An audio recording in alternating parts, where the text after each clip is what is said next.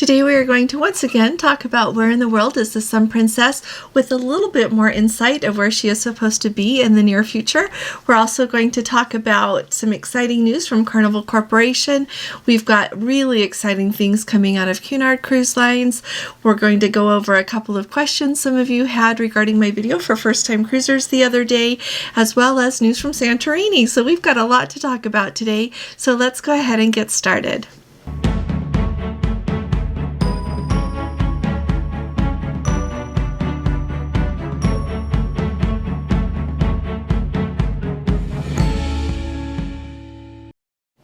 Hi there, this is Allison with Let's Go Travel Tips. Today is Thursday. It is February 22nd of 2024, and let's start at the top talking about the Sun Princess. I am really enjoying following along and seeing where she is. Yesterday I caught a video on Instagram that Princess had put up, and it ends with that insignia that they have been using for the Sun Princess and said sailing February 28th. I know a lot of you have mentioned that you have noticed other places on social media that Princess says she's sailing February 28th, so surely she is. I do like to think she is going to sail on February 28th, absolutely. But I also will say they said she was sailing February 8th and February 18th, clear up until she wasn't, and so to me, that's just not enough to think that she for sure is going, but I really like to think she's really going to go this time. Now, there is a website for the port there in Civitavecchia, there in Rome, with where all of the ships will be, their docks that they'll be at, the times that they're supposed to arrive. And I thought that you would like to know that, first of all, there are several things to know about a cruise ship, but one really interesting thing is, just like when airplanes are going to fly somewhere, they have to file a flight plan. The same thing happens with a cruise ship. So, and then also a cruise ship also has a GPS on it, and that is how all of these different places like Cruise Mapper, all of these different sites can know where a cruise ship is actually located, in addition to what their I almost said flight plans, what their plans are for when they're going to sail. So a couple of notes: ever since the Sun Princess did her sea trials, and it has said since January 16th that she is doing sea trials. That is what she had filed to do on that date. And she did do them on that date, but she is still docked there at the shipyard there in Monfalcone, Italy. So she has not moved yet, but she is scheduled to sail on February 24th, so just a couple of days from now. And she is set to arrive in Rome there at the port on the 26th. Which is Monday. She is going to be at dock 25. She is supposed to arrive at 6 o'clock in the morning. For Tuesday the 27th, it shows that she is at that same dock, 25, all day long. And then on the 28th, the day that she is supposed to first embark paying passengers, she is supposed to be moving to dock 12BN, and she is supposed to depart at 1800 hours, which is 6 p.m. So I am really excited for all of you and hope that goes really well. I've got a quick note for you about the Sun Princess. The Sun Princess has been on my mind a lot. As they canceled our cruise, I was disappointed, but life goes on. Everything is okay. And as they canceled the next cruise, I felt bad. And then as I'm trying to think of what I'm going to do in March, because we were going to go somewhere in February, I really want to go somewhere. So we've got that wait list in for the sailing on March 19th. And if that doesn't get picked up soon, we are going to do something else. And that's okay. I was really distressed about it for a little while, but you know what I have come to realize? It is just a ship. It is just a ship, and all of the things that I enjoy most when I go on a cruise, I can do on other ships. Overall, I really enjoy Princess. I also very much enjoy Celebrity. I have been on Royal Caribbean, on Norwegian, and they are just fine. But the things that I enjoy on all of those cruise lines, I can do on any ship. It doesn't have to be the brand newest. And what we're going to do in March, I'll let you know. I think we just might surprise you when we fly into where we're going. If we don't get to go on the Sun Princess, it's somewhere that I've always wanted to go, and the window is open to go. So we just might go through that window and go. But if any of you are distressed about wondering when you're going to get on the Sun Princess or anything else, just don't worry about it. Just go on the ship that you can go on and have a wonderful time. And I would be really excited to read in the comments what cruise you've got booked next and what you're looking forward to the very most. All right. Now, let's talk about private islands for a minute, but before we do, I would like to invite you to please subscribe to our channel. If you've not subscribed yet, please hit that subscribe button, and if you appreciate my updates, would you please give this video a thumbs up? We really appreciate it, and if you would like to share it somewhere on social media or with a friend, that would be wonderful as well. Now, it is really exciting. So Carnival Corporation just has announced that they are going to build an additional pier at the Celebration Island, the place that they are developing as a new private island for Carnival Corp. Carnival Cruise Line is going to be the one that uses that island, but the really exciting thing about it is going to be able to hold, once they finish that pier, which is due to be done in 2025, they are going to be able to have 4 of their XL class ships in port at the same time. That is Carnival's largest ship. So you could theoretically have the Jubilee, the Celebration, the Mardi Gras, and the new one that is coming that we don't have a name for. They're all at the same time. So how magnificent would that be? A really quick note for you. They talk about how they are going to have different areas on the island so people can spread out. There will be lots of space. There's going to be a 1 mile long beautiful sand beach with the most beautiful lagoons, they say, in all of the Caribbean. They are also going to have options for you to have dining, shopping, relaxing, all of the things that I think that any of us would want to enjoy on a private island. Sounds like they're going to be available on that whole brand new island, and it's a really fun thing. Christine Duffy, she is the president of Carnival Cruise Line. She talked about all of the expansion that they are looking to do on that private island. With that new pier coming to be able to accommodate more guests. And I just want to say that as we think about that happening, I am really excited as we hear from other cruise lines about what they are doing to expand their private islands as well. I think we're very familiar with what is going on there with Royal Caribbean expanding theirs. It was really big news when Celebrity announced that several of their cruises were going to call there at Perfect Day at Coco Cay. But we have heard of MSC expanding and doing more with their private island. And as I have said here before, I think that is going to be a really big deal here in the future because the cruise lines can control the whole experience. Not only do they get all the revenue from everyone coming to that private island and staying there, but they can keep that island as far as security goes, as far as making sure that the customers, all of the guests, have a wonderful experience. They're in control of that. They don't have to worry about a third-party tour conductor, anything else at all. They're able to do that. And especially as we think of the travel advisory that we have heard from some different places, they don't have to worry about that there either. They can go there, know that everything will be all right. So let me know what you think in the comments. Are you wanting to visit that new private island area when it gets all done? Tell me everything that you think about that. All right. Now, we have got some exciting news coming out of Cunard. So Cunard Cruise Line, historically in my mind, I have thought of Cunard Cruise Line focusing most of all on those transatlantic that cruise line is so famous for. And indeed, they have done them for so long that I think they are the best at it, right? And it's appropriate that they're the best at it.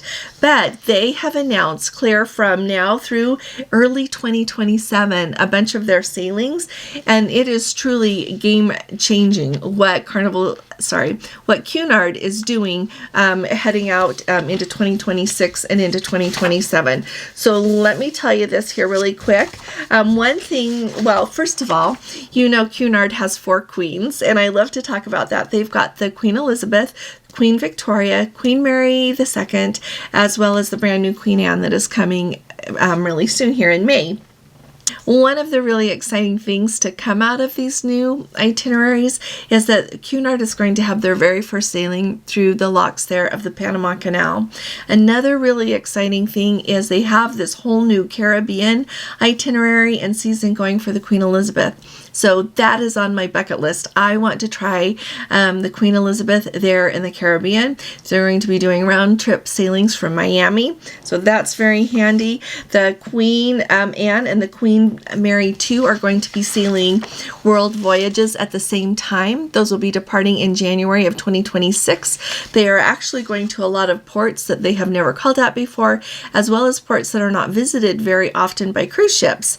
And so as we think of Cunard and we think of what they're doing, as you look at their schedule of those transatlantics, they are running a lot fewer of those transatlantics than they used to. It used to be that consecutively you could easily find a transatlantic anytime that you wanted to, and now those ships are doing other things as well. So that Queen Mary II is really branching out in the places that she is sailing to. So if you are someone who is really interested in trying Cunard, I think that the time has arrived for you to try it, and I'm happy to help you with that if you would like. A few things that I wanted to make sure that you know, they've got sailings really pretty much to everywhere. They've got the Mediterranean, like I mentioned, the Caribbean. They've got those 2 world voyages. They've got some in Asia. There's really, they've got some that go down to Australia as well. So the world is your oyster with Cunard. Thought I would point that out. So I'm very excited about that. Now, if you have been around here following along, one of the things that came up with the Sun Princess when we thought we were going to be going on February 8th is our call there in Santorini had to be changed to Crete. I love both places, so it's okay with me to go to Crete. If we could have gone, that would have been nice. Now, I wanted to let you know, initially, they were expecting the cable car there on Santorini to be closed through February 28th. They have extended that, and now that cable car is going to be closed through March 15th of 2024. And so let me know if anybody is seeing any itinerary changes. I kind of looked around when I came across this news, but I have not seen a lot of changes thus far. So let me know if that ends up impacting you. And there are a lot of things to do in Crete. Let me know what they replace your call in Santorini with. Those of you that happen to be on a cruise that is impacted by that, you know what, there are so many beautiful places to see. Now, here's a piece of sad cruise news. American Queen Voyages has had to file for Chapter 11 bankruptcy. If you are not familiar with American Queen Voyages, they do a lot of sailings on the Mississippi River here in the United States, as well as some other places. They cite not being able to recover after COVID and the entire impact that had. I also noted that in the fourth quarter, they had to get a new president. They let the president that they had go. And so it seems like, I don't know if everything was going optimally with that as well, but they have had to file bankruptcy. So if any of you happen to be booked on American Queen Voyages, there is a link that you can fill out the form to request a refund on anything that you have paid. I came across a list of creditors for American Queen Voyages. You know, when someone declares bankruptcy, they make that public. Right at the top was Seatran Marine, which $3.995 million, so almost $4 million. And that seems like it's marine fuel. I looked up to see what that was. A couple of others that really stood out to me are a couple of them that are travel agencies that would have been selling their the cruises on that cruise line. So Pleasant Holidays, they owe almost $1 million to $943,000, and Travel Leaders Network, which is what Dream Vacations that I'm associated with, that is their holding company, $222,000. They owe American Express $400,000, and the other one that stood out to me was the U.S. Postal Service. They owe $743,000, so $750,000. So I really hope, I don't know if they're going to end up selling their ships in order to pay their creditors, or someone is going to be able to come in with enough money to pay things off and then try to turn that into a profitable cruise line again. We'll just kind of have to wait and see, but it's sad to know that those cruises won't be going for all of the people who thought they were going to get to go. Now, yesterday I mentioned that we're going to go through a few questions that people have had, and so if you are new to cruising, or you know someone who is, I did my video the other day about embarkation day. I need to do disembarkation, so watch for that coming up. But there's a few questions. One person asked, do you have to hand over your luggage at the port, or can you bring it with you onto the ship? You know what? You don't have to turn it over to anyone at the port if you don't want to. I always advocate don't turn over anything that is valuable to you, whether it's your CPAP, whether it's your laptop, your jewelry, anything that you can't replace. I would say don't turn in.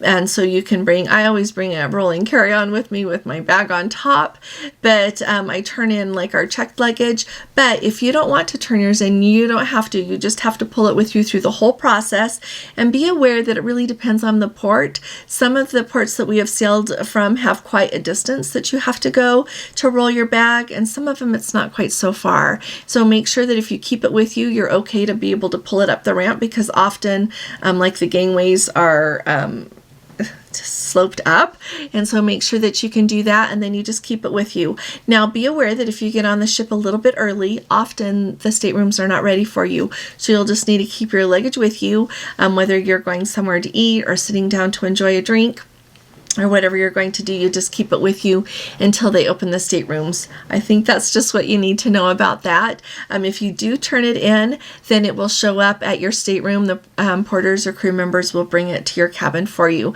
And that can really depend on the day. Sometimes they don't take very long to get to you, and sometimes they can take a few hours. So anything you need immediately, make sure that you keep with you. Another quick question, the last one for today. Someone wants to know if they have to pay completely in order to be able to book their dining reservations. So unless you are platinum or elite with Princess, you generally have to pay your booking in full, and then you can book your dining reservations. And the reason I say generally is because every once in a while I hear of a fluke with that. Sometimes people will say, well, I'm not platinum and elite, I'm not paid in full, and I could book my dining reservations. So I just thought I would let you know, as a general rule, you do have to be paid in full in order to be able to do that. If you do pay in full, if you're going on a cruise and it's a really big deal to you to eat at a certain time, you really want those dining reservations and you want your specialty dining set up, I would say it's worth it to pay your cruise off so that then you can go ahead and book your dining reservations. Otherwise, I don't think it's that big of a deal.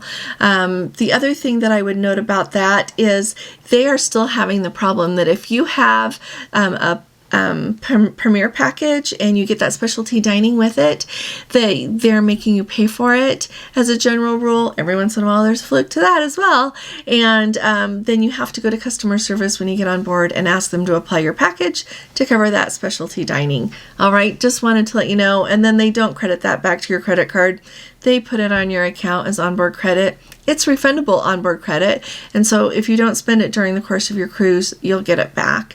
But just be aware that that's how that works. I wish they would fix that problem. It would save a lot of hassle, but until they do, that's the way things are. So let me know what other questions you have. It is such a pleasure to be here with you all. I will see you here again tomorrow, and I'll be talking to you all again really soon. You all take really good care. God bless you. Love you. Bye-bye.